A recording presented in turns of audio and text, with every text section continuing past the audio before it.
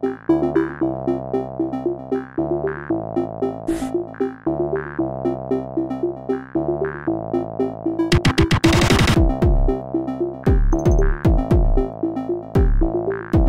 everybody, it's FutureInventions here, and in this video I'll be talking a bit about Bitcoins. Bitcoins are a really interesting internet currency that I've been researching lately, and they're really difficult to explain. It's a lot of stuff, but I'll try my best to explain everything in one video. So I'm going to start with your Bitcoin wallet. Your Bitcoin wallet is basically a piece of software that you download from bitcoin.org for Mac or PC. It's basically an application that stores all of your Bitcoins.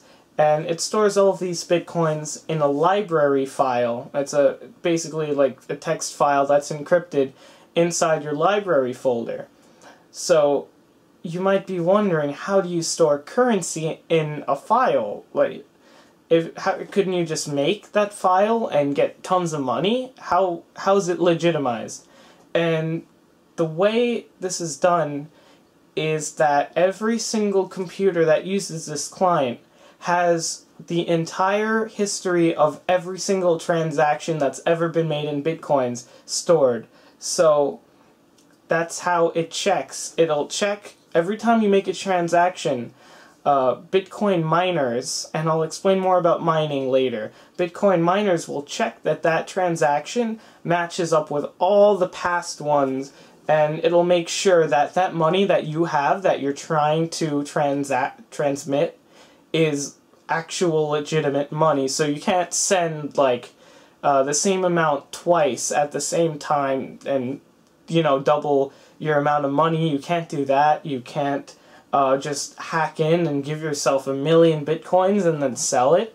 None of that works. It just won't go through. And this is called peer-to-peer, and that's what I think is so brilliant about Bitcoin and all of the altcoins, which are different forms of Bitcoin, since Bitcoin is open source. So it's a really interesting currency. So the way you send coins is using someone's public address. If I wanted to send coins to my friend, maybe I want to send him 0.1 Bitcoins, I would open up my wallet, maybe I have a few Bitcoins already, and so I'm buying something from him. So he'll give me his public address, which it's basically a key that starts with the number 1. So I would put that into my Bitcoin client. I would type in the amount I want to send, I would hit send, and then every Bitcoin miner verifies this transaction, and it's sent. There are no fees unless you send a tiny amount of Bitcoins, and it's completely anonymous because it's all encrypted. Nobody can track this down, and that's a good thing, and it also has some drawbacks, and that's why Bitcoins are kind of in a legal gray area at some times. But that's how transactions work. And now we'll talk about mining, which really is the main driving force in Bitcoins and why they have their value. Bitcoin mining, it sounds crazy at first, like how could you mine something that's digital? It's essentially just like gold mining. What you would do is use your computer to run an algorithm, and this algorithm basically verifies transactions, and when your computer or your miner verifies a block of transactions, you get a certain amount of Bitcoins, the way I understand it. And you would need a really powerful computer, a really powerful miner to do that. But that's why people mine in pools, not just on their own. So a bunch of people are working towards mining blocks, and when it pays out, then you get your share of that. So Bitcoin miners are usually in 2 or 3 forms. GPU miners are very common. They're somewhat common. GPU miners is basically building a rig that uses a whole bunch of really powerful graphics processors to do these algorithms. I'd say these are the most used methods of mining. There's also ASIC mining, and ASIC means, I forgot what it stands for, but it basically means something that's made for that specific application.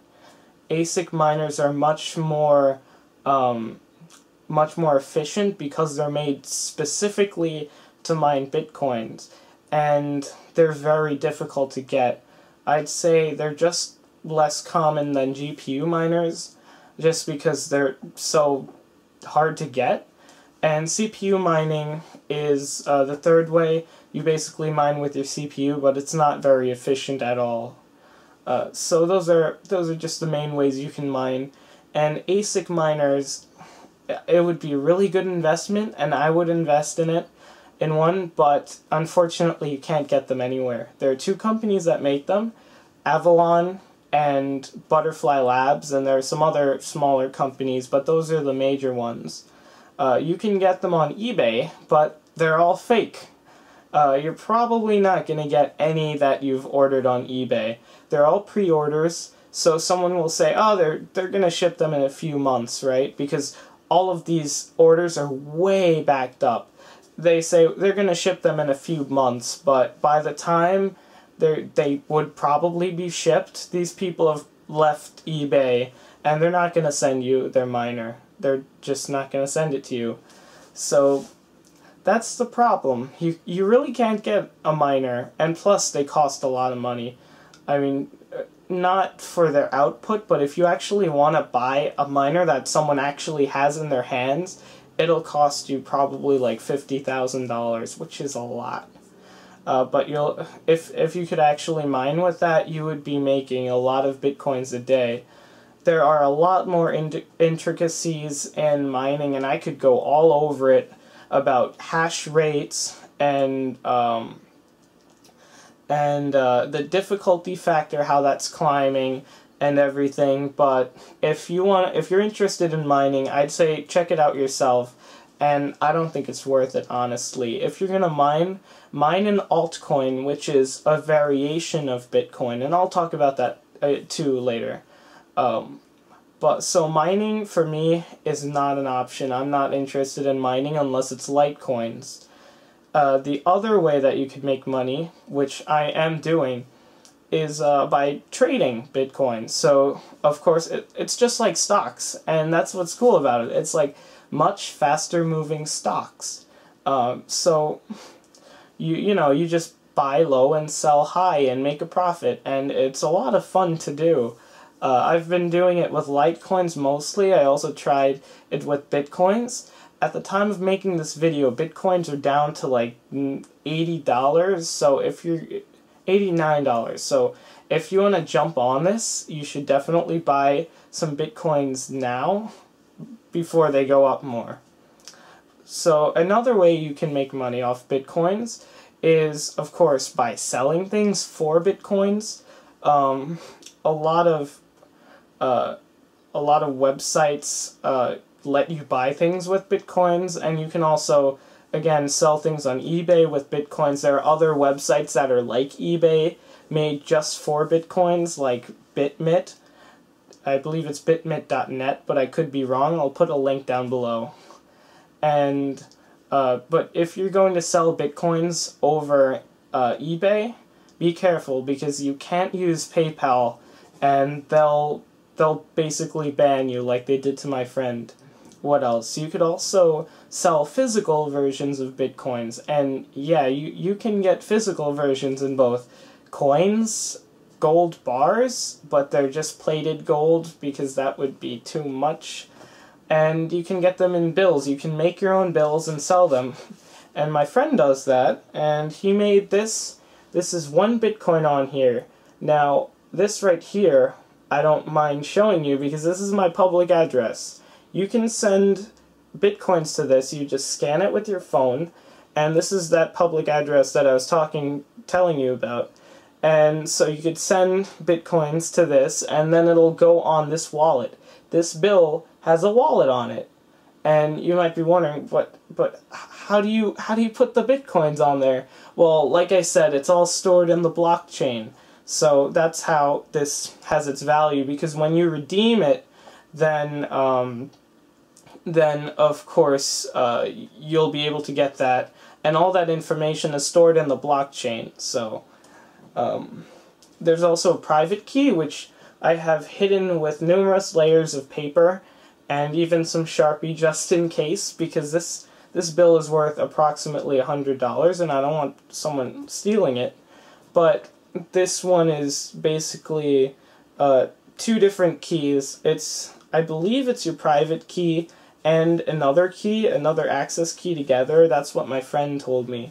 He knows a lot about Bitcoins, but something like that. It's definitely doubled in size, and it's very difficult to just get one of these codes and steal someone's wallet. There's a pretty complex algorithm, and there's a lot of encryption behind this. So that's a physical bill. You can buy coins of it. You can buy them in cotton, like, kind of bills, just like dollars. You can, of course, make them, get them printed by companies. My friend is working on printing wallet cards that are basically, they're just like credit cards, except they hold Bitcoins and Litecoins. And that's another great way to make money from Bitcoins. And I think that's just about it for making money. So I'm going to show you some altcoins, and I'm going to show you the Bitcoin exchange, which I like, btc-e, and then I'm going to show you the Bitcoin wallet, and then I'll show you some altcoins. Here is btc-e, which is my favorite exchange website. I'll have a link in the description, and I like it because you can use a lot of different altcoins, which are alterations of Bitcoin, because the software is actually open source. You can download it and look at it. And I also like this site because it gives you a nice graph. It's pretty easy to use, and it's very simple to put Bitcoins and Litecoins into your account and also take them out. So basically, to exchange Bitcoins and Litecoins, you can go to Litecoins in dollars, Bitcoins in dollars. You can see how they're progressing in terms of price. You can buy Bitcoins. For example, if I wanted to buy 0.1, I can pay $8 for that and purchase it right now, and then maybe someone will buy it. So you can see their orders for buying and selling. It may seem complicated at first, but if you're interested in this, definitely play around with it. It's just like a mini stock market. Here we have Litecoins, which are my favorite right now because they're definitely going to blossom and gain a lot of value over time, and it's really great. I definitely recommend checking this out if you're interested. So now I'll show you the Bitcoin wallet. Here I have the Bitcoin wallet client. Here you can see an overview. It shows how many Bitcoins I have in my account. It shows transactions, and it shows all my transactions. This was just a test that I did to show that it's working. This is the address for my btc-e account. Please don't use it because it won't go anywhere. And this shows that it's from my friend Neff. He sent me a few micro Bitcoins just to get me started. You can also send coins so long as you know the person's address. You would type in their address. You would give them a label, say I wanted to send it to someone named Mike. I would type in Mike, then I type in the amount, so 0.1 Bitcoins, and then I just would hit send, and if it's a big enough amount, it won't give me a fee, and then I can just send it very easily. I can also receive coins with these different addresses. So I have a donations address. If you want to send me a donation, it'll go to any of my new future gadgets to review. So I'm hoping to save it up for the Oculus Rift, and I really want to get one to test it out. So you can donate if you want. I'll put that in the description. And you can have all kinds of different addresses for receiving Bitcoins. And this is what you would give to someone you wanted to send you Bitcoins. There are also transaction histories. You can export these to a text file or I believe an Excel document, and you have an address book, but I deleted everything in here. And the Litecoin client is very similar. As you can see here, it is basically the same. Most altcoins use this type of wallet layout. You can see here I bought 10 Litecoins from my friend, and then I sent a few to btc-e, and I did that twice. And again, the same stuff throughout this wallet, so it's very easy to use. There's also a great website called .org. If that's wrong, I'll have a link below that you can click on, and you can store wallets there, and you can also do a lot of cool stuff like import any physical wallets that you have. And there's another website that I don't remember, but I'll get from my friend, where you can actually make the QR codes and generate the wallets that you would use to make a physical bill or a coin or any of that. So that's pretty much it for wallets. It's very simple, and if you want to try it out, I definitely recommend doing it. It only takes a few hours to download the blockchains, and it's only about 10 gigabytes for Bitcoins and a lot less for Litecoins. Now that you've seen all the great things that you can do with Bitcoins and altcoins, I'm going to tell you some of the drawbacks. So like I said before, Bitcoins are in kind of a legal gray area. I mean, they're completely legal, but the problem is that a lot of people use them to buy things illegally. For example, on the black market. So since Bitcoins are anonymous, you can make anonymous transactions. It's a great way to buy botnets and drugs and all kinds of illegal things, which you should probably avoid.